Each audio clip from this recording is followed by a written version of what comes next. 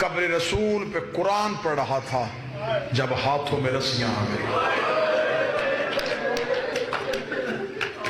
میرے امام موسی کاظم قبر رسول پہ بیٹھے تلاوت قرآن کر رہے تھے جب ایک سپاہیوں کا لشکر روضہ رسول میں داخل ہوا، انہوں نے قرآن والے ہاتھوں میں رسیاں پہنانی شروع کر دی۔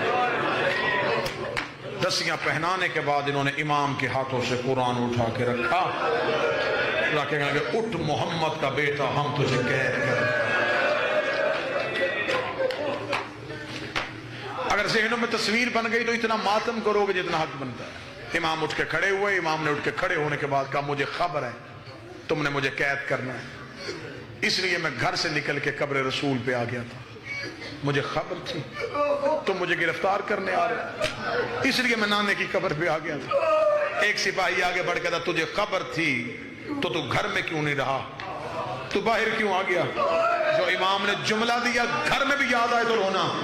امام رو کہتے ہم سے روز روز دروازے جلوائے نہیں جاتے، ہم سے روز روز گھروں کو آگ نہیں لگوائی جاتی، اور میری بیٹیاں میرے گھر میں ہیں، میں گھر میں ہوتا تو میرے گھر آ جا۔ اللہ ابھی تو ہم سے ماں کے دروازے کی آگ نہیں بھولی،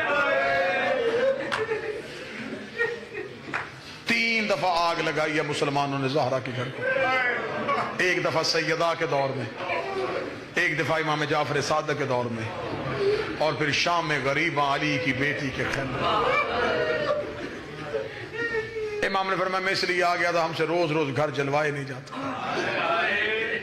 اگلی سطر بھی مصیبت کا پہاڑ ہے اگر تم برداشت کر سکو۔ امام نے فرمایا تم نے مجھے گرفتار کرنا ہے، میں تمہارے ساتھ جانے کے لیے تیار ہوں، میں گھر جا کے اپنی بیٹیوں سے ملا ہوں۔ اگلی سطر پڑھوں گا تو بے ساختہ ہائے نکلے گی جو مصائب کی سطر ہے۔ ایک کمینہ آگے بڑھ گیا تھا کون ضمانت دیتا ہے کہ تو واپس آ رہا؟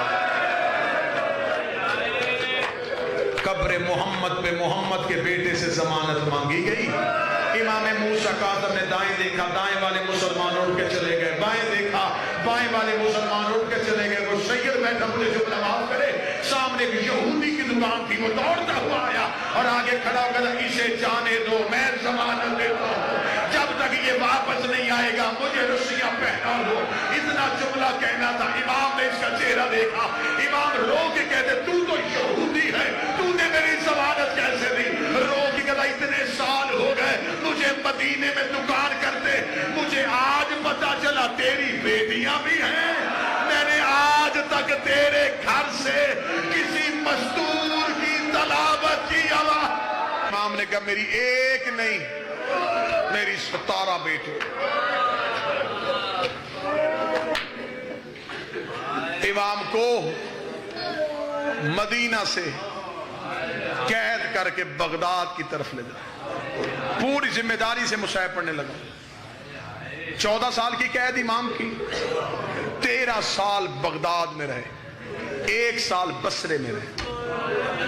یہ امام کو مدینے سے سیدھا بغداد نہیں لے کے گئے، جب مدینے سے نکلے انہوں نے لشکر کو 2 حصوں میں تقسیم کر دیا، آدھا لشکر بغداد کی طرف، آدھا بصرے کی طرف، تاکہ لوگوں کو پتہ نہ چلے کہ امام کس کے ساتھ ہیں، کہیں رستے میں کوئی آل محمد کے چاہنے والے امام کو آزاد نہ کروا لیں۔ ایک لشکر بغداد کی طرف چل پڑا، آدھا لشکر بصرہ کی طرف چل پڑا۔ امام جس لشکر کے پاس تھے وہ بصرہ کی طرف روانہ ہوا۔ جملہ چھپا بھی نہیں سکتا، چھوڑ بھی نہیں سکتا، برداشت کی منت کروں گا، برداشت ضرور کر لینا، پوری ذمہ داری کے ساتھ کہنے لگا ہوں۔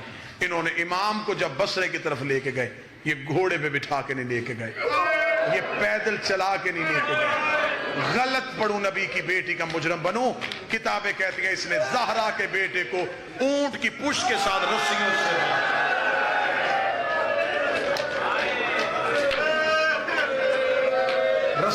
ساتھ امام موسیٰ کاظم کو پابند کیا، اونٹ کے اوپر چادروں کا ڈھیر رکھا تاکہ کسی کو خبر نہ ہو کہ اس پہ کوئی ہے۔ بصرے پہنچ گئے، 1 سال امام بصرے میں قید رہے۔ حاکم بصرہ نے